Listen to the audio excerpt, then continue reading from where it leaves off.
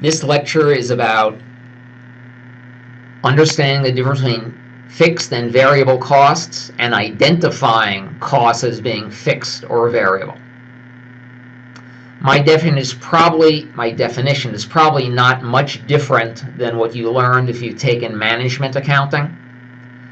A cost is considered fixed if in total that cost does not change as business volume or business activity changes. Typical examples would be salaried employees or salary costs, property taxes, insurance, in many cases utilities, although that would not apply in a factory, but in service type business, probably utilities. On the other hand, the cost is considered to be variable if that cost in total changes directly with business volume. At any factory, the more products they make, the more raw materials they need to buy. That's a variable cost. In most factories, the more widgets they make, the more assembly line or direct labor they need. That's a variable cost.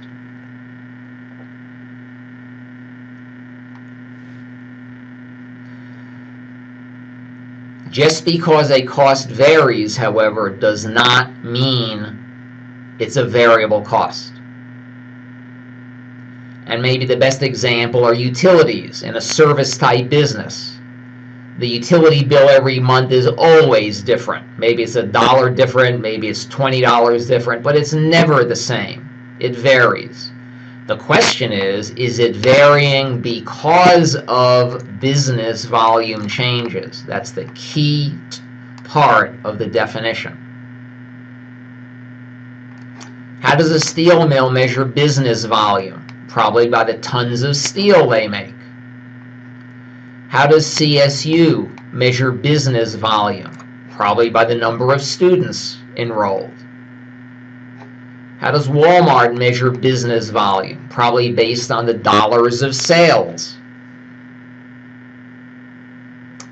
So, what would be some fixed costs at Walmart? Probably the salary, the supervision and management departments. The building taxes, the building depreciation, the building utilities, the property insurance would all be fixed costs. At CSU, the tenured professor staff would be a fixed cost. The administrative department would be fixed. The grounds and maintenance and the security departments would be fixed. Those don't change if we have more or less students. Conversely, variable costs at a steel mill would be the raw materials. Utilities at a steel mill would be variable. The more iron ore we're melting, the more utilities we need. The less iron ore we're melting, the less utilities. At CSU, maybe adjunct professors like myself would be considered a variable cost. If we have more students enrolling, we may need some to supplement our tenured faculty with adjunct faculty. During the summer, we might not need as many adjunct faculty.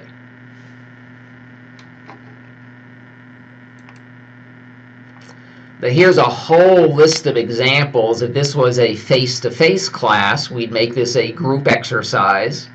You can practice on these. We already talked about at any factory, raw materials are a variable cost. Subway is sort of like a factory. They build sandwiches, right? Vegetable costs, bread costs at Subway would be a variable cost.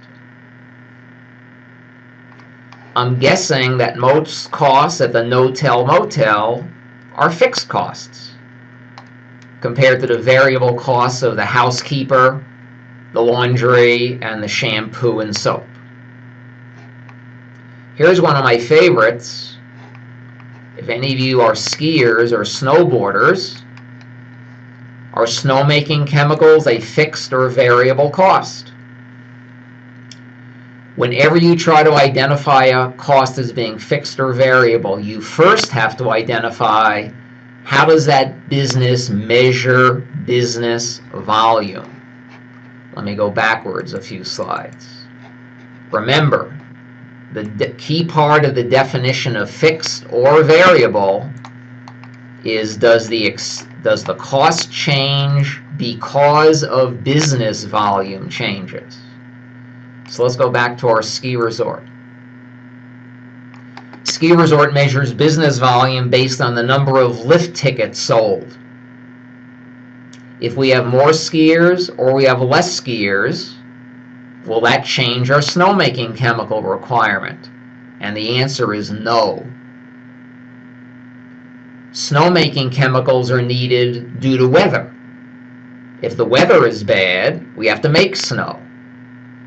If the weather is good and we've gotten a lot of snow, we don't need any snowmaking chemicals.